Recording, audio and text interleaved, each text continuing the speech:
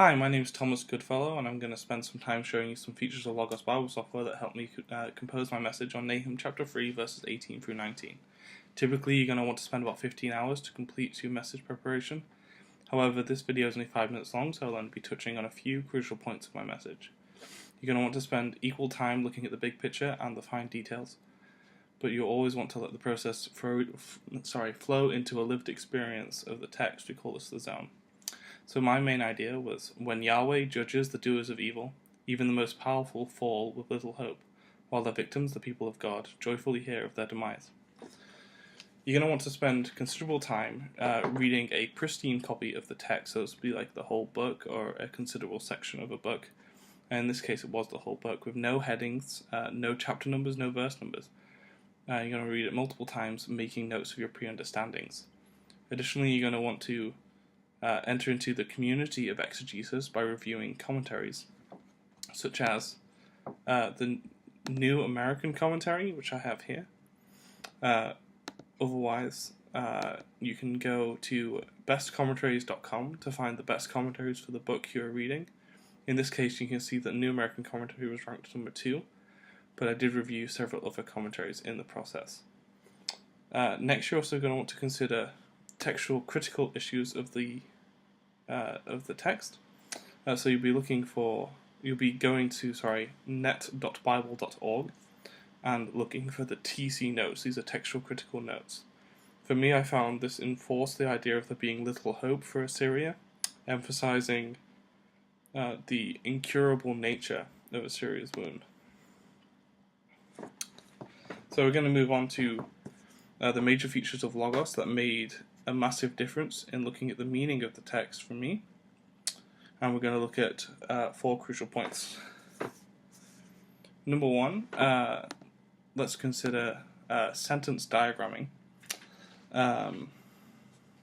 Obviously it takes a long time to show you sentence diagramming, but if you'll allow me to explain, you basically look at the structure and the features of the text and you move it into a diagram yourself. Poetry, as this falls into the genre of poetry, you want to look for certain poetic features. In this case, you'll note right here we have repetition. Your shepherds are asleep, your nobles slumber. Number 2, we'll consider the Lexham High Definition Old Testament ESV, and we'll consider the thematic address of O King of Assyria. Now, the speaker has already made reference to the king of Assyria previously in the text, and is providing extra information for the reader here. Several commentators will note that this is somewhat mocking of the king of Assyria.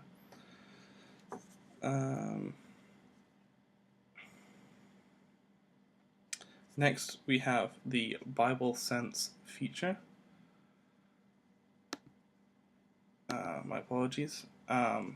So down here in this bumper down here, we can see that we have the main surface text. If we look down at the Bible Sense for grievous, if we click on it, it will take us to this window, and you can see that this the idea of grievous, as in grievous wounds, is to be overcome by sickness, to be overcome.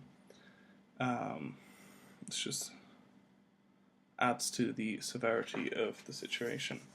Number 4,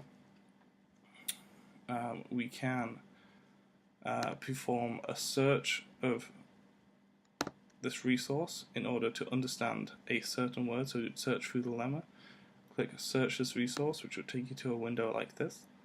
And from that we can learn that this is an expression of celebration.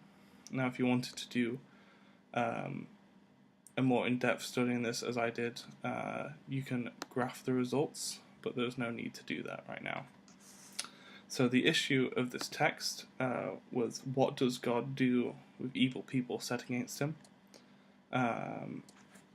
Which I found in my main idea to be, when Yahweh judges the doers of evil, even the most powerful fall with little hope, while their victims, the people of God, joyfully hear of their demise. Thank you.